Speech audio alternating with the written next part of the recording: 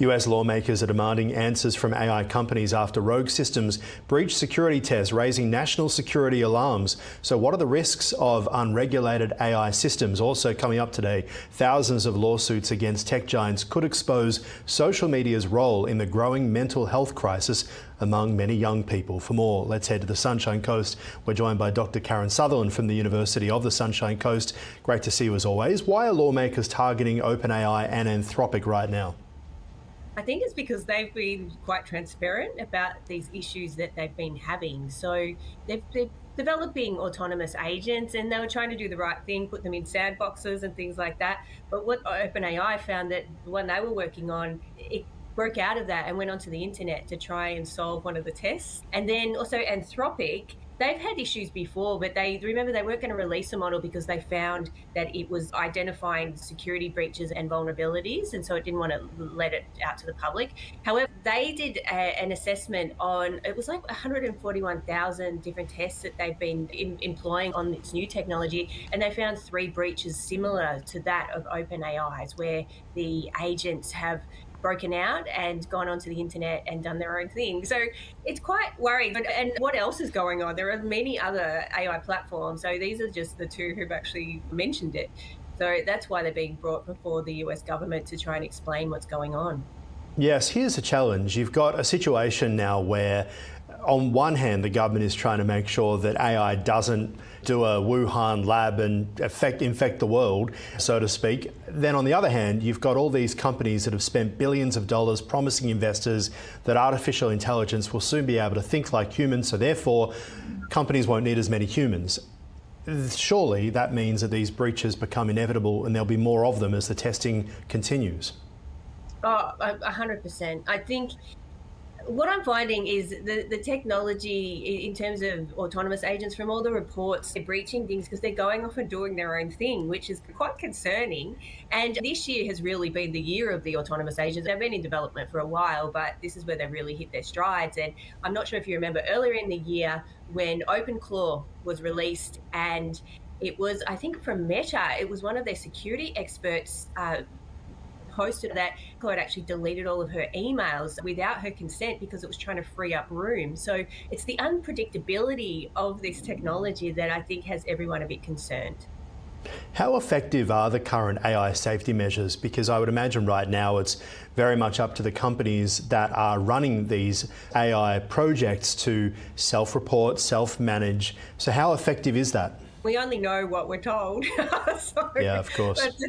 We don't really know what else is going on. And Anthropic has always said that it's going to be transparent and things like that. And OpenAI reported that when they really didn't have to. There's no legislation to say that they had to actually share that information with anyone.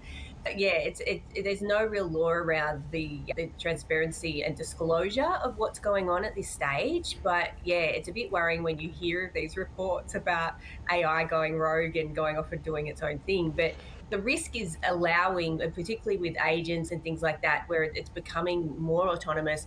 The risk is when you start to allow it to have access to your emails and your files. And while it's amazing, and yeah, it gets to know you and it can be much more relevant and save you time, it also means you're giving your sensitive information to AI, which can be unpredictable. So yeah, so there's that sort of weighing up. Is it worth it?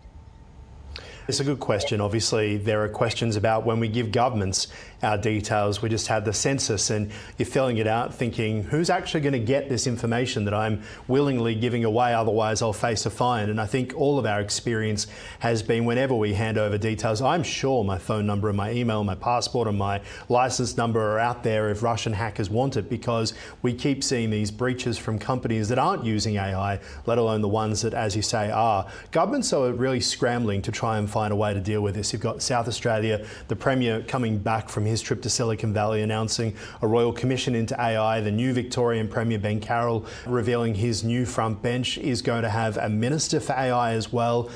I just wonder how much local governments in Australia think that they can manage control. This is a country that loves control. We brought in seatbelts, we loved a lockdown. And obviously there's this desire, as people often say, Australia, we're not descendants of convicts, we're descendants of the jailers, and that's our mentality. And AI now plays into that because it's a huge threat. But how can governments locally deal with something which is happening so broadly around the world?